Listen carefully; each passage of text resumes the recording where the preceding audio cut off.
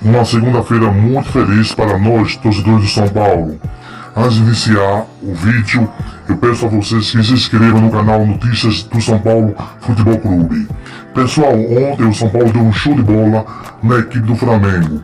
Goleou o Flamengo na casa dele pelo placar de 4-1. O São Paulo ontem foi mais do que gigante, foi gigantesco. Jogou um futebol de primeira linha, né? Lembrou o São Paulo de velhos tempos. Foi excelente a partida que o São Paulo fez ontem, goleando o Flamengo de placar de 4-1.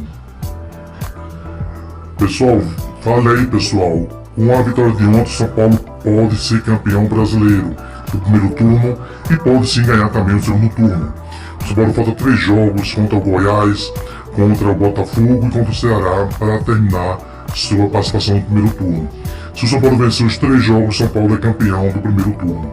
O São Paulo também está na Copa do Brasil e na Copa Sul-Americana, cujo vai jogar quarta-feira. Espero que o São Paulo consiga um resultado positivo e se classifique na Sul-Americana na próxima quarta-feira. Que o São Paulo siga em frente como está seguindo na Copa do Brasil. E o São Paulo mantenha esse ritmo de jogo, mantenha esse padrão de jogo vitorioso e jogue desse mesmo jeito com os demais times, como jogou contra o Flamengo ontem. Destaque especial para Thiago Volpe, que teve frieza e era muita atenção, muito talento para defender 2 pênaltis do Flamengo. Thiago Volpe foi gigante, mostrou que é o goleiro do São Paulo titular, que é o dono da camisa 1 do São Paulo, com certeza.